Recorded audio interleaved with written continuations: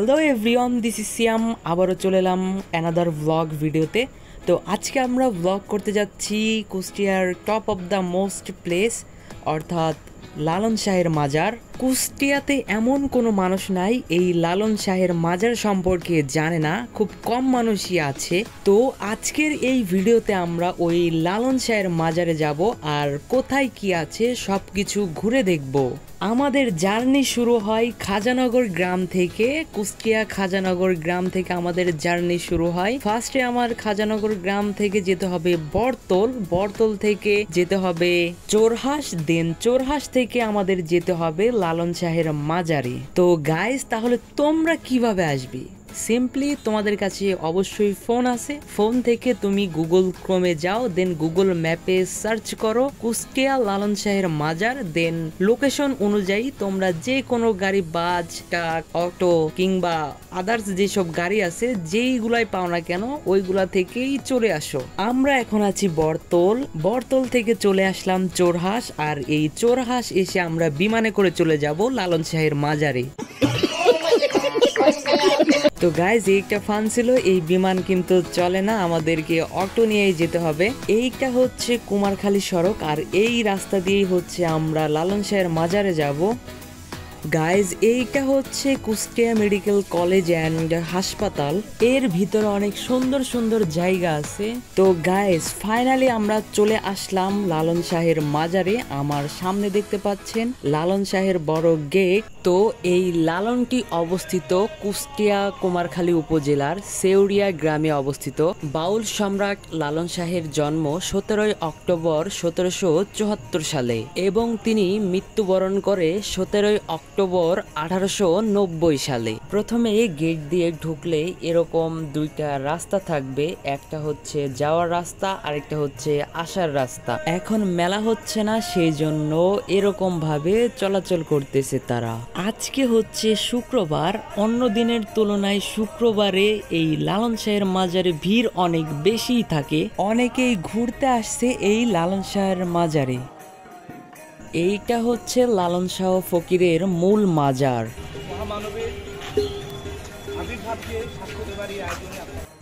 মাজারের পাশেই দেখতেছি তারা সদস্য মেলা নিয়ে আলোচনা করতেছে এবং মাজারের পাশেই দেখতেছি অনেক বড় একতারা।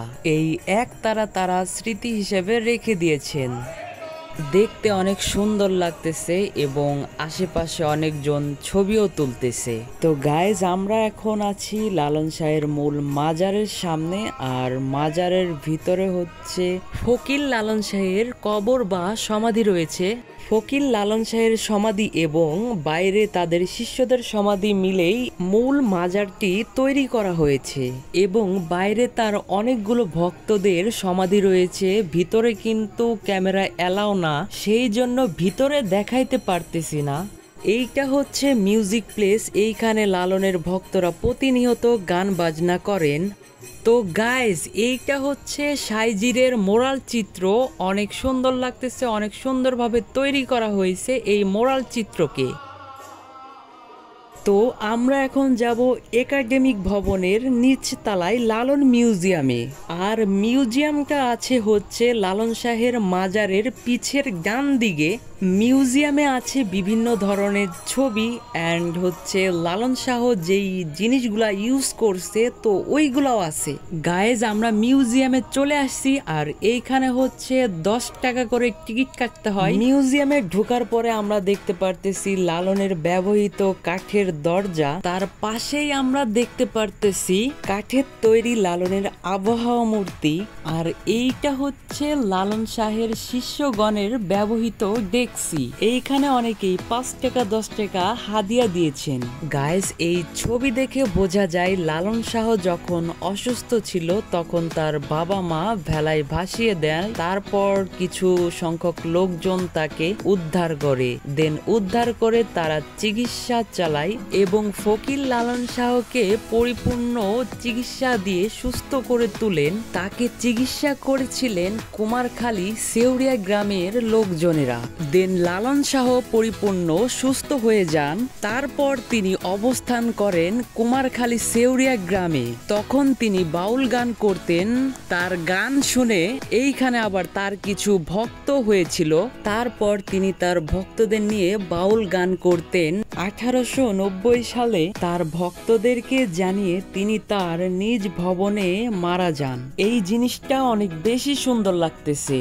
তো এই দেওয়ালে যেইগুলো ছবি দেখতে পারতেছেন, মেবি এগুলো হয়তো লালন শাহের ভক্তরা যিনি আছেন তাদেরকে স্মৃতি হিসেবে এই মিউজিয়ামে রেখে দিছেন। আপনারা এই মিউজিয়ামে আসলে দেখবেন দেওয়ালের চারদিক দিয়ে অনেক ছবি টাঙানো আছে। আর এই ছবির পাশে অনেক মানুষই ফোন দিয়ে বা ক্যামেরা দিয়ে ছবি তুলতেছে। এই বক্সগুলোর মধ্যে আছে লালন শাহ এবং তার ভক্তদের কিছু ব্যবহৃত জিনিস। কাঠের তৈরি খড়ম, লাঠি, একটা বাক্স, দ্বিতীয় বাক্সতে পানি খাওয়ার গ্লাস সহ অনেক জিনিসই আছে। আর এই বাক্সতে আছে হাতের 2 বালা, একটা সিন্দুকের চাবি, আরো অনেক জিনিস। আর এইখানে আছে ছোট বড় একতারা। গাইস, এইটা কি? অক্সিজেন নেওয়ার যন্ত্র। সরি গাইজ, এইটা কি আমি ঠিক জানি না। যাই হোক, অনেক বড় আর সুন্দর আছে। গাইজ, আপনারা যদি লালন শাহের মাজারে আসেন অবশ্যই মিউজিয়ামটা ঘুরে দেখবেন। এইখানে অনেক ধরনের জিনিস আছে।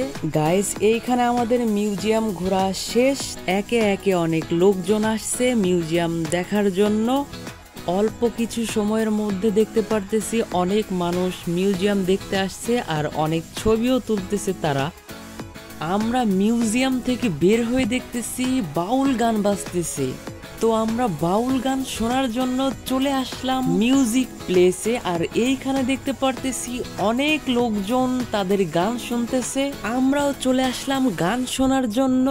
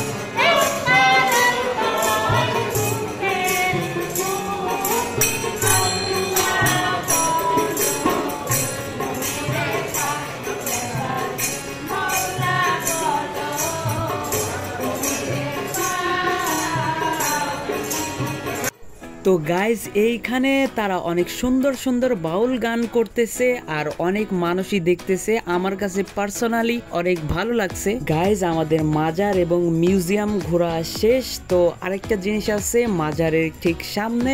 এইখানে লালন সম্পর্কে অনেক জিনিস লেখা আছে, কোথায় জন্ম কোথায় মৃত্যু এই সম্পর্কে টোটাল একটা রচনা লেখা আছে ইংরেজি এবং বাংলাতে। আপনারা এখানে আসলে অবশ্যই এগুলোকে পড়বেন। আপনারা যদি কুষ্টিয়া জেলার ভিতরে বা একটু দূরে থাকেন তাহলে অবশ্যই এইখানে আসতে পারেন ঘোরার জন্য। তো অনায়াসে আপনারা একদিনের ভিতরে পুরা লালন শাহ মাজার ঘুরে দেখতে পারবেন। সত্যি জায়গাটা অনেক সুন্দর ছিল।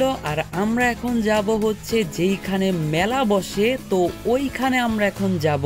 ওই জায়গা এইখান থেকে বেশি দূরে না, গেটের একদম সামনাসামনি সোজাভাবে গেলে ওই জায়গাটা দেখতে পারবেন। গাইজ আমরা গেট পার হওয়ার পরে এই দিকে দেখতে পারতেছি লালনের সামনে অনেকগুলো দোকান, আর এই দোকানে অনেক জিনিস বিক্রি করতেছে, লাইক একতারা দোতারা আদার্স জিনিসও বিক্রি করতেছে। চলেন দেখি কি কি বিক্রি করতেছেন তারা। এইখানে ঢোল সহ গানের যাবতীয় জিনিস এইখানে বিক্রি হয়। আপনারা এইখানে আসলে কিছু না কিছু জিনিস এইখান থেকে কিনে নিয়ে যাবেন। এইখানে অনেকগুলো দোকান আছে রাস্তার দুই পাশ দিয়ে।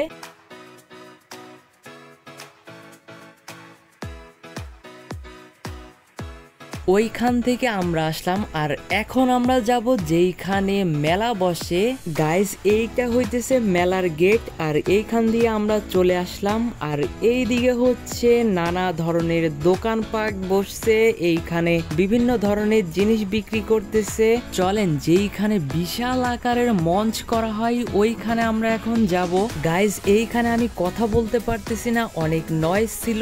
ওইখানে যদি ভয়েস দিতাম তাহলে আপনারা আমার কথা কিচ্ছুই শুনতে পারতেন না, সেই জন্য ভয়েস দেই নাই, সরি গাইজ। এই জায়গাটা কিন্তু বিশাল বড়, আর ওই যে দেখা যাইতেছে ওইখানে হচ্ছে মঞ্চ করে, আর এই পাশ দিয়ে লোকজন দিয়ে ভরে যায়। তো আমি যেই রাস্তা দিয়ে যাইতেছি এই রাস্তার ঠিক সামনে হচ্ছে বিশাল বড় একটা পুকুর আছে। লালনের মেলা হলে এইখানে অনেক জায়গা থেকে লোকজন আসে, দেন ওই পুকুরে গিয়ে অনেক মানুষই গোসল করে ফ্রেশ হয়ে নেন তারা। গাইজ আমরা পুকুরের কাছাকাছি চলে আসছি, আর ওইখানে মঞ্চ হয়, দেন এই পাশে হচ্ছে পুকুর। গাইজ ওই যে ওইখানটায় হচ্ছে মঞ্চ হয়, দেন এই জায়গাটা কিন্তু অনেক বড়। আর এইখানে এই রাস্তার পাশ দিয়ে অনেকগুলো দোকান আছে। গাইজ পুকুরের পাড়ে অনেক ছোট বড় বাচ্চারা মিলে মাছ ধরতেছে। এই সব দেখলে মনে পড়ে যায় শৈশবের কিছু স্মৃতি। আমরা অনেকেই যখন ছোট ছিলাম তখন কিন্তু মাছ ধরতাম, অনেক খেলাধুলা করতাম। চলো গাইস পাখির চোখ দিয়ে দেখি জায়গাটা কত বড়। গাইজ লালনের যে মেলাগুলো হয় বছরে দুইবার হয়, একবার হয় হচ্ছে দোল পূর্ণিমা উপলক্ষে এবং আরেকবার হয় বাংলা কাতি মাসের 1 তারিখে, যা সাধারণত অক্টোবর মাসের 16 তারিখে হয়ে থাকে। আর মাত্র 14-15 দিন আছে, আপনারা চাইলে অবশ্যই আসতে পারেন। দেখেন গাইস দেখেন, আবারও এইখানে ছোট বড় মিলে সবাই একসাথে মাছ ধরতেছে। আমার বয়সী কিছু ছেলেরাও আছে, তারাও মাছ ধরতেছে, তারাও কিন্তু শৈশবে ফিরে গেছে। এগুলো দেখলেই বোঝা যায় আসলে ছোট্টবেলার জীবনটাই অনেক সুন্দর ছিল। গাইস এইখানটায় হচ্ছে অনেক বড় মঞ্চ করা হয়, আর এই দিক দিয়ে হচ্ছে লোকজন দিয়ে ভরে যায়। এখনো কিন্তু অনেক লোকজন আছে। এইখানে কিন্তু অনেক ধরনের দোকান আছে, ঝালমুড়ি, ফুচকা, চটপটি, এদিকে আবার নাগরদোলাও দেখলাম। তো গাইস আজকের ভিডিও এই পর্যন্তই, দেখা হবে নতুন আরেকটা ভিডিওতে।